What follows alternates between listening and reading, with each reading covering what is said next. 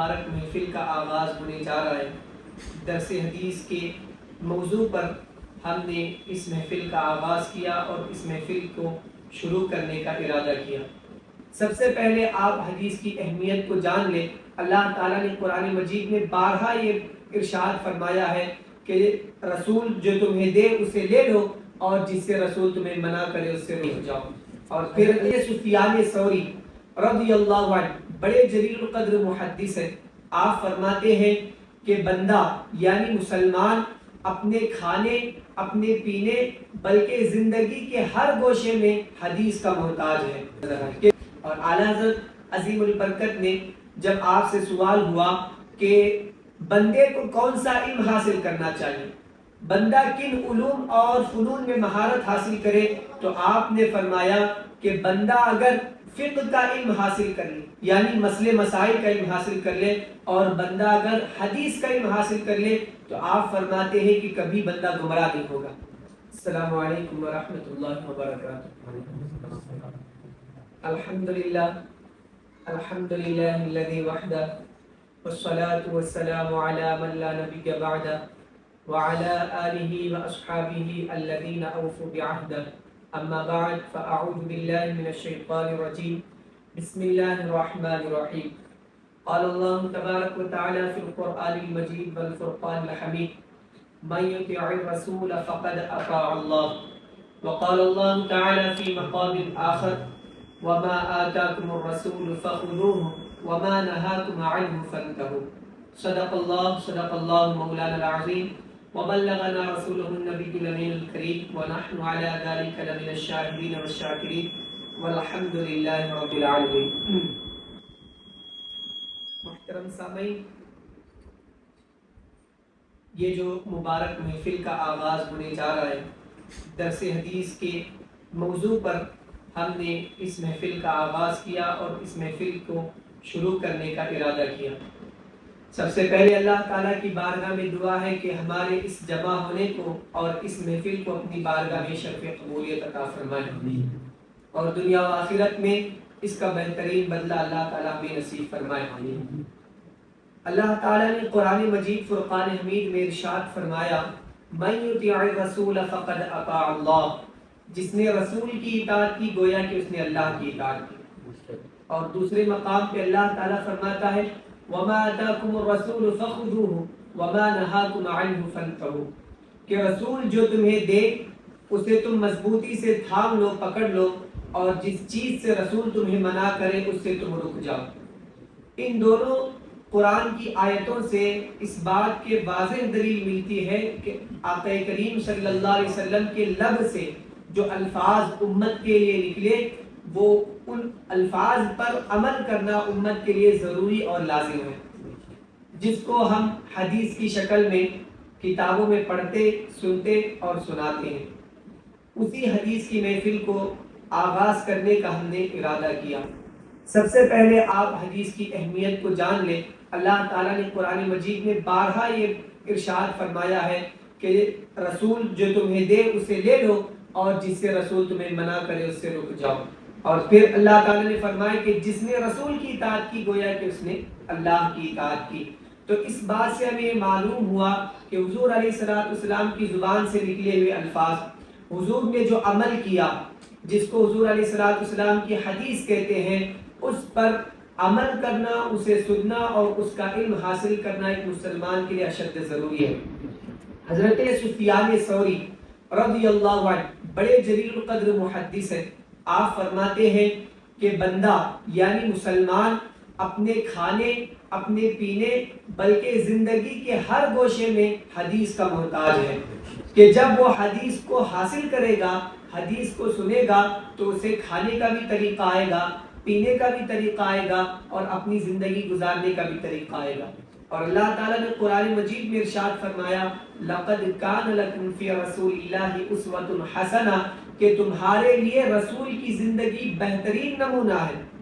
اگر ہم حضور کی زندگی کو آئیڈل بنائیں گے تو ہم زندگی اور آخرت میں کامیاب ہوتے ہوئے نظر آئیں گے۔ آج ہم ایکٹرز کو آئیڈیل بناتے ہیں، ٹھیک ہے، دنیاوی کاروبار اور دنیاوی جو ہے بندے ہوتے ہیں ان کو آئیڈیل بناتے ہیں، جس کی شہرت و دولت اور جو شہرت میں زیادہ ہوتا ہے ہم یہ نہیں دیکھتے کہ اس کے اعمال کیسے ہیں، ہم یہ نہیں دیکھتے کہ اس کا طریقہ کیسے، بس اس کی دولت کو دیکھا اور اس کو آئیڈیل بنا لیا۔ آج ہمارے نوجوان ایکٹرز کو آئیڈیل بناتے ہیں، کئی ایکٹرز کی طرح اپنے حلیوں کو بناتے ہیں۔ تو آج ہمیں اس بات کی ضرورت ہے کہ حدیث مبارکہ میں جو حضور کے اقوال افعال آئے ہیں ان کو اگر ہم آئیڈیل بناتے ہیں تو اللہ تعالیٰ نے ہمیں کامیابی کی یہ دلیل بتائی، اور اللہ نے فرمایا لَقَدْ كَانَ لَكُمْ فِي رَسُولِ اللَّهِ أُسْوَةٌ حَسَنَةٌ کہ رسول کی زندگی میں تمہارے لیے بہترین نمونہ ہے، رسول کی زندگی تمہارے لیے بہترین آئیڈیل ہے، اگر تم اس کو بناؤ گے تو دنیا و آخرت میں کامیاب ہوتے ہوئے نظر آؤ گے۔ تو حضرت سفیان ثوری رضی اللہ عنہ نے فرمایا کہ بندہ کھانے پینے اور اپنی زندگی کے ہر لمحے میں ہر کام میں حدیث کا محتاج ہے۔ جب وہ حدیث کو سنے گا، حدیث کے الفاظ کو اپنے ذہن میں سینے میں محفوظ کرے گا، اس کے طور پر زندگی کو گزارے گا تو وہ دنیا و آخرت میں کامیاب ہوتا ہوا نظر آئے۔ اور اعلیٰ حضرت عظیم البرکت نے جب آپ سے سوال ہوا کہ بندے کو کون سا علم حاصل کرنا چاہیے، بندہ کن علوم اور فنون میں مہارت حاصل کرے، تو آپ نے فرمایا کہ بندہ اگر فقہ کا علم حاصل کر لے یعنی مسئلے مسائل کا علم حاصل کر لے، اور بندہ اگر حدیث کا علم حاصل کر لے تو آپ فرماتے ہیں کہ کبھی بندہ گمراہ نہیں ہوگا۔ حدیث کا علم اور مسائل کا علم اگر بندہ حاصل کرے گا تو کبھی بھی وہ گمراہ نہیں ہوگا۔ اللہ تعالیٰ نے قرآن مجید فرقان حمید کی سورۃ النحل میں ارشاد فرمایا وَأَنزَلْنَا إِلَيْكَ الذِّكْرَ لِتُبَيِّنَ لِلنَّاسِ مَا نُزِّلَ إِلَيْهِمْ وَلَعَلَّهُمْ يَتَفَكَّرُونَ ہم نے تمہاری طرف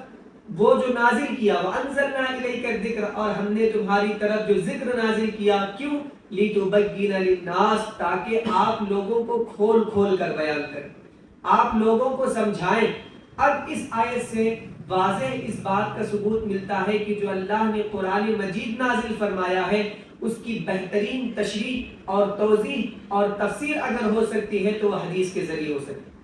بہترین تشریح بہترین تفسیر اگر ہو سکتی ہے تو وہ حدیث کے ذریعے ہو سکتی ہے۔ اسی لیے مفسرین اکرام سب سے پہلے جب قرآن کی تفسیر بیان کرتے ہیں تو قرآن کی تفسیر قرآن سے کرتے ہیں اور پھر دوسرے درجے میں قرآن کی تفسیر حدیث سے کرتے ہیں۔ کہ جو حضور علیہ السلام نے قرآن کی تشریح توضیح تفسیر بیان کی اہمیت اور اس کی افادیت آج ہم نے جان لی کہ حدیث کتنی اہم ہے۔ قرآن سمجھنا ہے تو ہمیں حدیث کی ضرورت ہے، اپنی زندگی گزارنا ہے تو حدیث کی ضرورت ہے، اپنے عقیدوں کو محفوظ کرنا ہے تو حدیث کی ضرورت ہے، بندہ گمراہی سے بچتا ہے تو حدیث کے علم سے بچتا ہے، بندہ گمراہی سے بچتا ہے تو مسائل کا علم جب حاصل کرتا ہے تب بچتا ہے۔ تو معزز سامعین، حدیث کی اتنی اہمیت اور افادیت ہے کہ جب بندہ اس کو حاصل کرے گا اللہ اس کے عقیدے کو محفوظ فرما دے گا۔ ایک مثال میں آپ کے سامنے رکھوں، حدیث کا علم کتنا اہم ہے، کتنا اہم حدیث کا علم ہے۔ آج اللہ تبارک و تعالیٰ کا کروڑہا احسان ہے کہ لاکھوں لاکھوں حدیثیں آج ہماری سامنے کتابوں کی شکل میں موجود ہیں۔ امام بخاری نے بخاری شریف لکھی، امام مسلم نے مسلم شریف لکھی، امام ترمذی نے ترمذی شریف لکھی، سیاہ ستہ کی 6 کتابیں، اس کے علاوہ مشکات شریف اور المستدرک علی الصحیحین اور مصنف ابن ابی شیبہ، کئی احادیث کی کتابیں آج ہمارے سامنے کتابوں کی شکل میں موجود ہیں، اور اتنی حدیثوں کا ذخیرہ آج ہمارے سامنے موجود ہے، لیکن پھر بھی آج ہماری بے رغبتی بے توجہی اتنی ہے کہ ہم حدیث کا علم حاصل کرنے کے اپنے اندر جذبہ نہیں پیدا کرتے، اپنے اندر ایک جو ہے عقیدت نہیں پیدا کرتے۔ آج ہمیں اس پر غور و فکر کرنے کی ضرورت ہے۔ حدیث کا علم بندے کو حاصل کرنا ضروری ہے۔ ایک مثال میں آپ کے سامنے رکھوں کہ ہمارے ائمہ کرام حدیث کو حاصل کرنے کے لیے کتنی کتنی مشقتیں اٹھاتے، حدیث کا علم حاصل کرنے کے لیے انہوں نے کتنی قربانیاں دی۔ ایک واقعے کے ذریعے میں آپ کے سامنے مثال رکھوں، حضرت حاکم نیشاپوری رحمہ اللہ، یہ بڑے جلیل القدر محدث ہیں، انہوں نے ایک کتاب لکھی المستدرک علی الصحیحین، کئی ہزار احادیث انہوں نے اپنی کتاب میں جمع کر۔ آپ اپنی ایک کتاب معرفت علوم الحدیث میں اس واقعے کو نقل کرتے ہیں کہ حضرت ابو ایوب انصاری رضی اللہ عنہ، حضرت ابو ایوب انصاری رضی اللہ عنہ اور حضرت عقبہ بن عامر، ان دو صحابہ کرام نے حضور علیہ الصلوۃ والسلام سے ایک حدیث سنی تھی۔ وہ حدیث کیا تھی؟ حضور علیہ السلام نے فرمایا تھا کہ جو بندہ مومن کی پردہ پوشی کرے گا کسی ایسی بات میں جس بات سے اس کی عزت پامال ہوتی ہوگی، اس کی عزت چلی جاتی ہوگی، ایسی بات کو چھپا کر جو اپنے بھائی کی پردہ پوشی کرے گا، تو حضور علیہ السلام نے فرمایا قیامت میں اللہ اس بندے مومن کی پردہ پوشی کرے گا، اس بندے مومن کے گناہوں کو اللہ چھپا دے گا۔ تو یہ حدیث امام حضرت ابو ایوب انصاری اور حضرت عقبہ بن عامر رضی اللہ عنہ نے سنی تھی۔ جب اسلام کو اللہ تعالیٰ نے غلبہ دیا، اسلام پھیلنے لگا، اسلام کے اندر جو ہے کئی ملک داخل ہونے لگے، ایران، مصر، شام، سیریا، لبنان، یمن، سب کے سب ممالک جب اسلام کے اندر داخل ہونے لگے تو صحابہ اکرام ممالک میں پھیل گئے۔ کسی صحابی کو کسی ملک میں بھیج دیا، حضرت عمر نے کسی صحابی کو کسی ملک کا گورنر بنا دیا، کسی صحابی کو کسی شہر کا گورنر بنا دیا، اس طرح صحابہ اکرام پھیل گئے۔ حضرت عقبہ بن عامر رضی اللہ عنہ، آپ جو ہے فتوحات اسلام کو دیکھنے کے بعد آپ نے مصر کا سفر کیا اور آپ مصر میں جا کر وہاں کے گورنر بن کر وہاں آپ رہنے لگے، زندگی گزارنے لگے۔ اب اس حدیث کو سننے والے صرف دو صحابہ تھے، ایک حضرت ابو ایوب انصاری اور ایک حضرت عقبہ بن عامر۔ جب حضرت عقبہ بن عامر مصر چلے گئے تو ابو ایوب انصاری رضی اللہ عنہ نے حدیث بیان کی۔ ظاہر سی بات ہے جب آپ نے حدیث بیان کی تو آپ نے یہ دل میں ارادہ کیا کہ میں اس حدیث کو اور مضبوط کروں، اس حدیث کو میں اور مضبوط کروں۔ میں نے سنا تھا اور مجھے یہ چیز تسلی دے گی کہ اگر کوئی میرے علاوہ بھی اس حدیث کو سنا ہوگا تو میں جا کر پھر اس سے حدیث سنوں تاکہ مجھے اور مضبوطی حاصل ہو جائے کہ واقعی میں رسول اللہ کی حدیث ہے۔ آپ نے جب یہ ارادہ کیا تو آپ نے تلاش کیا کہ یہ جو حدیث میں نے حضور سے سنی تھی کیا اس حدیث کو کسی دوسرے نے بھی سنا ہے؟ تو تلاش کرتے کرتے آپ کو یہ بات معلوم ہوئی کہ ہاں اس حدیث کو سننے والے ایک اور صحابی ہیں جن کا نام عقبہ بن عامر ہے۔ جب آپ کو یہ بات پتا چلی تو آپ نے کہا کہ عقبہ بن عامر اب کہاں موجود ہیں؟ تو صحابہ نے بتایا کہ وہ تو اب ملک مصر میں موجود ہے، کہ اللہ نے مصر کو جو ہے اسلام میں داخل کر دیا۔ تو جب مصر اسلام میں آ گیا، وہاں کے لوگ مسلمان بن گئے، تو اب عقبہ بن عامر وہاں بطور گورنر اور وہاں بطور باشندہ رہتے ہیں، وہاں اپنی زندگی گزار رہے ہیں۔ تو جب حضرت ابو ایوب انصاری رضی اللہ عنہ کو یہ بات معلوم ہوئی تو آپ نے فوراً سواری لی اور آپ نے مصر کا سفر شروع کر دیا۔ بتائیے ایک حدیث کے لیے، صرف ایک حدیث کے لیے حضرت ابو ایوب انصاری مدینے سے نکلے اور مصر کے سفر کے لیے روانہ ہو گئے۔ آپ جو ہے سفر کرتے کرتے، چونکہ پہلے زمانے میں جو سفر تھا وہ بڑا کٹھن اور مشکل ہوا کرتا تھا۔ آج کے دور جدید میں جیسے فلائٹ ہے یا ٹرین ہے یا اس کے علاوہ دیگر جو سواریاں ہیں، آج سفر بہت آسان ہے، لیکن پہلے زمانے میں جنگلوں کو پار کرنا پڑتا تھا، کئی جو ہے وادیوں کو پار کرنا پڑتا تھا، تب جا کے ایک ملک سے دوسرے ملک آپ پہنچ سکتے تھے، ایک شہر سے دوسرے شہر آپ پہنچ سکتے تھے۔ تو اتنا لمبا سفر، یعنی مدینے سے آپ نکلے اور مصر کی طرف آپ روانہ ہوئے صرف ایک حدیث سننے کے لیے، اور وہ حدیث تھی جو انہوں نے حضور سے سنی تھی، اور یہ اپنی اس حدیث کو مضبوط کرنے کے لیے کہ کوئی دوسرا بھی ہے جو اس حدیث کو سنا ہے تاکہ میں سن کر اور مضبوط کر لوں کہ یہ رسول اللہ کی حدیث ہے۔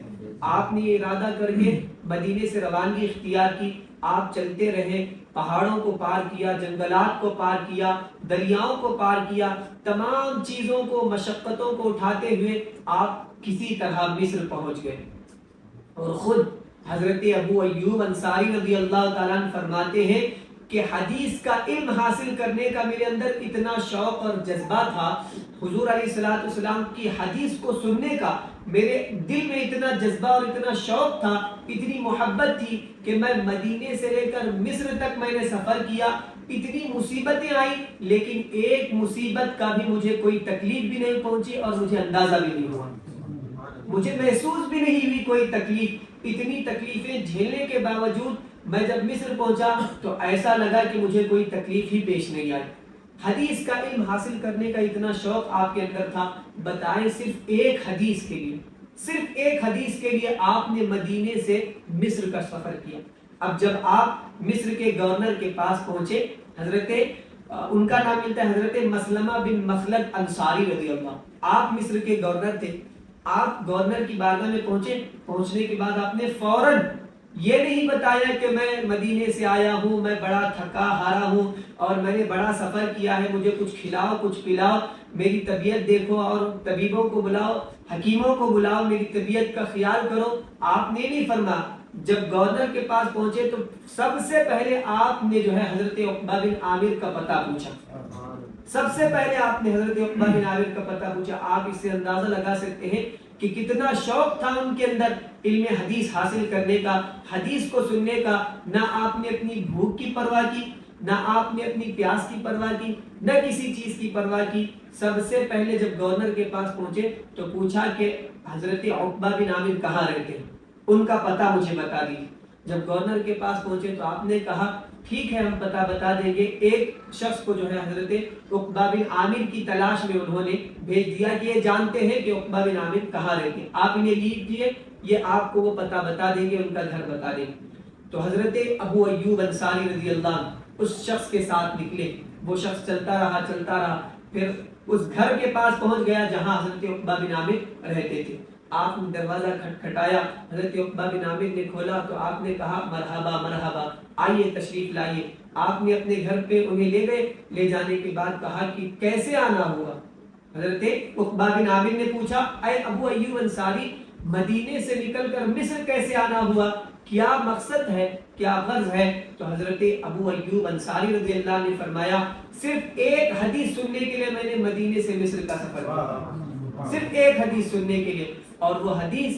میں نے سنا ہے کہ آپ نے بھی حضور سے سنی ہے اور میں نے بھی حضور سے سنی ہے، بس میں اس حدیث کو مضبوط کرنے کے لیے، اپنے دل کی تسلی کے لیے کہ آپ نے وہ حدیث سنی ہے، آپ کی زبان سے وہ حدیث کو سننا چاہتا ہوں۔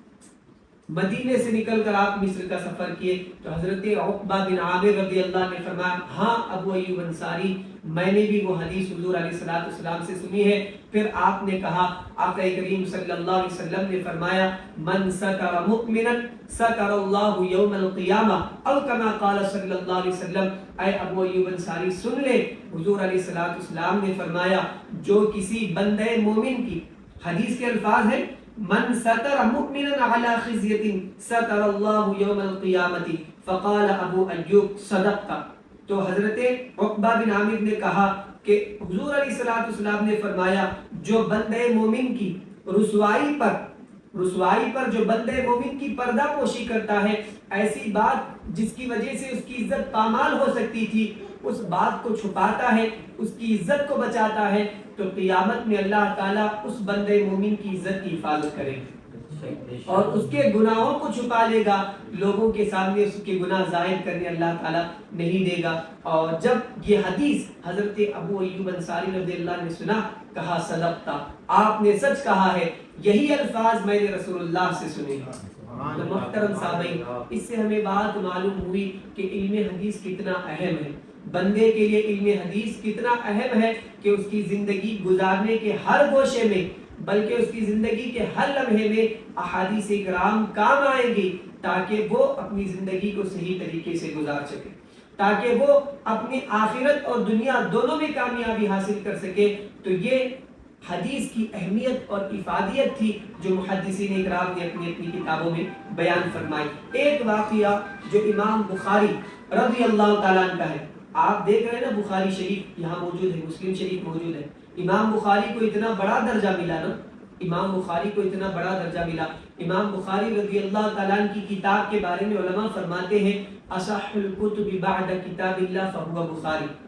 کہ سب سے صحیح کتاب قرآن مجید کے بعد دنیا میں کوئی ہے تو وہ بخاری شریف ہے۔ اسی لیے اس میں جو حدیث آ جاتی ہے ہر مکتبہ فکر کا انسان اس حدیث کو تسلیم کرتا ہے، مانتا ہے۔ تو امام بخاری رضی اللہ تعالیٰ نے بھی حدیث لکھنے، حدیث حاصل کرنے میں کئی مشقتیں برداشت کی، تب جا کے امت کو ایک بڑا خزانہ بخاری شریف کی شکل میں آپ نے عطا کیا۔ تو محترم سامعین، حدیث کا علم بہت امپورٹنٹ اور بہت اہم ہے، تاکہ ہم حدیث کا علم حاصل کریں اور حاصل کر کے اپنی زندگی کو گزارنے کی کوشش کریں۔ ایک حدیث، آج چونکہ درس حدیث کا آغاز ہو چکا ہے تو ایک حدیث میں بخاری شریف سے پیش کر کے اپنی گفتگو کو اختتام کی طرف لے جاتا ہوں۔ امام بخاری رحمہ اللہ نے اپنی کتاب کی جو شروعات کی، سب سے پہلے جو بخاری شریف کی آپ نے شروعات کی وہ حدیث ہے نیت کے بارے میں۔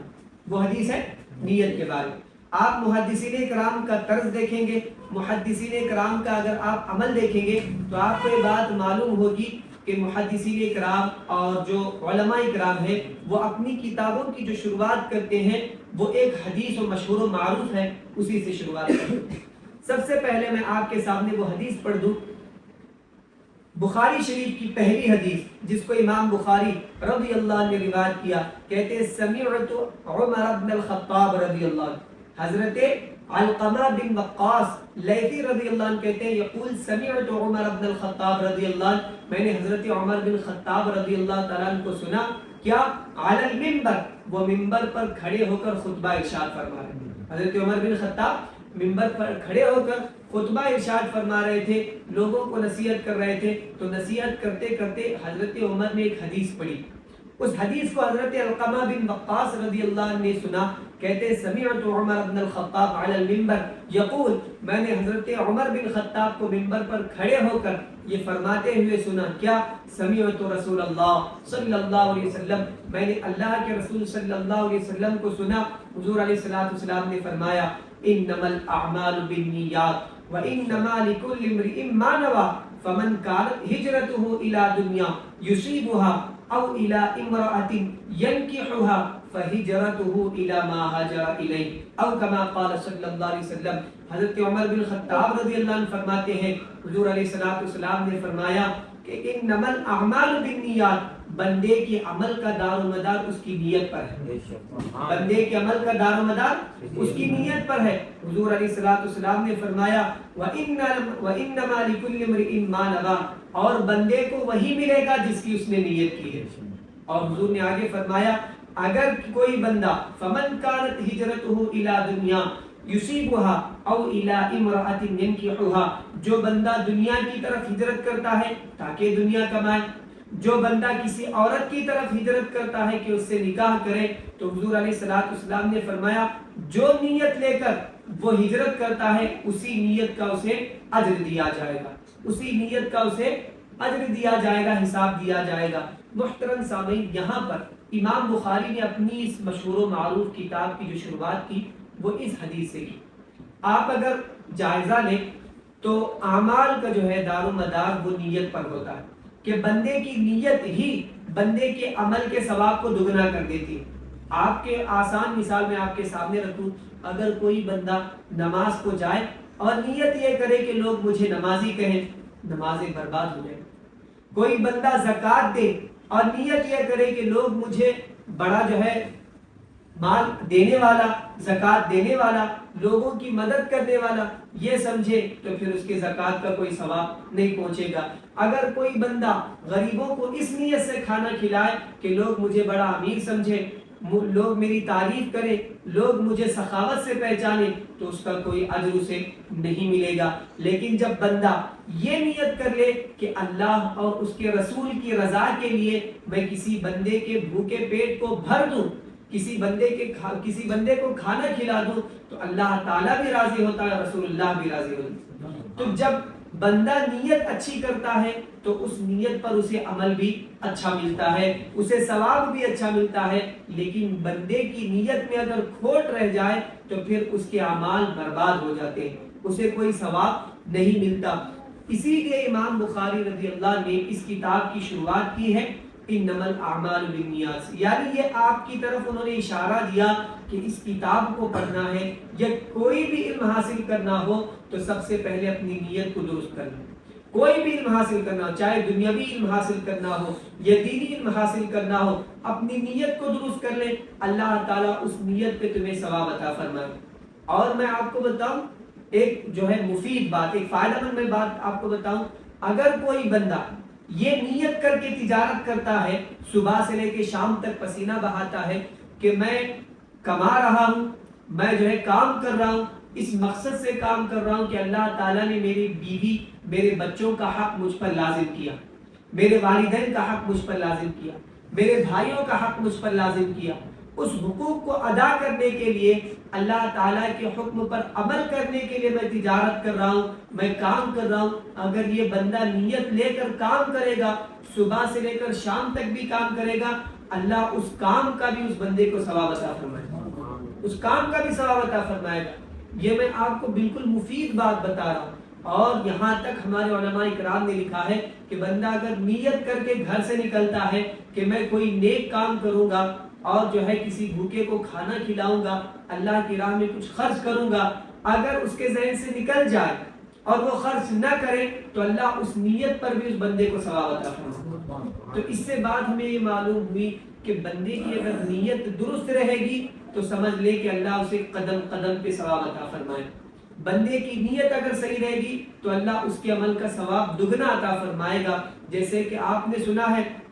کہ جب بندہ وضو کر کے گھر سے نکلتا ہے مسجد کو نماز کے ارادے سے تو اللہ تعالیٰ قدم قدم پر اسے ثواب عطا فرماتا ہے، قدم قدم پر اس کی نیکیوں میں اضافہ فرماتا ہے۔ تو اس سے ہمیں بات معلوم ہوئی کہ ہمیں اپنی نیت کو درست کرنا چاہیے، چاہے اس درس میں ہم حاضر ہوں یا اس کے علاوہ جب جمعہ کی تقریر ہو اس وقت حاضر ہوں یا نماز کے لیے جائیں تو اپنی نیتوں کو درست کر لیں تاکہ اللہ ہمارے عمل کا دگنا ثواب ہمیں عطا فرمائے۔ اور یہی وہ چیز ہے کہ بندے کی اگر نیت درست رہے گی تو اللہ اس کے عمل کا ثواب اسے عطا فرمائے گا، اور اگر نیت میں خطرہ رہے گا تو پھر اس کے عمل کا اسے کوئی ثواب نہیں ملتا۔ جیسے کہ آپ نے سنا حدیث میں ہے قیامت کے دن علم حاصل کرنے والے کو لایا جائے گا اللہ کی بارگاہ میں، وہ کہے گا اے اللہ میں نے علم حاصل کیا تھا، دین کا علم حاصل کیا تھا اور میں نے جو ہے دین کی تبلیغ کی تھی، دعوت کی تھی، آج مجھے جنت عطا فرما۔ اللہ تعالیٰ فرمائے گا نہ، تیرے دل میں نیت صحیح نہیں تھی، تو اس لیے تو نے دین کا علم حاصل کیا تھا، لوگ مجھے عالم کہے، لوگ مجھے جو ہے حافظ کہے، اس لیے تو نے دین کا علم حاصل کیا تھا، جا جس کا تو نے ارادہ کیا وہ تو دنیا میں تجھے مل گیا، آخرت میں تیرے کچھ نہیں۔ اور اگر کوئی بندہ دنیا میں اس نیت سے پیسہ خرچ کرتا ہے کہ لوگ مجھے سخی کہیں تو اللہ قیامت میں فرمائے گا تو سخی کہلانے کا خواہش مند تھا، تجھے وہ خواہش تیری پوری ہو گئی، اب قیامت میں تجھے کچھ نہیں ملے گا۔ اسی طرح شہید لایا جائے گا اور کہے گا اے اللہ مجھے جنت عطا فرما، تیری راہ میں میں نے اپنی جان کو قربان کیا۔ اللہ کہے گا تو نے شہادت اس لیے دی تاکہ لوگ تجھے شہید کہیں، یہی تیری نیت تھی، جب تیری نیت ہی یہی تھی اور لوگوں نے تجھے دنیا میں شہید کر دیا اور شہید کہا تو اب آخرت میں تیرے لیے کوئی اجر نہیں۔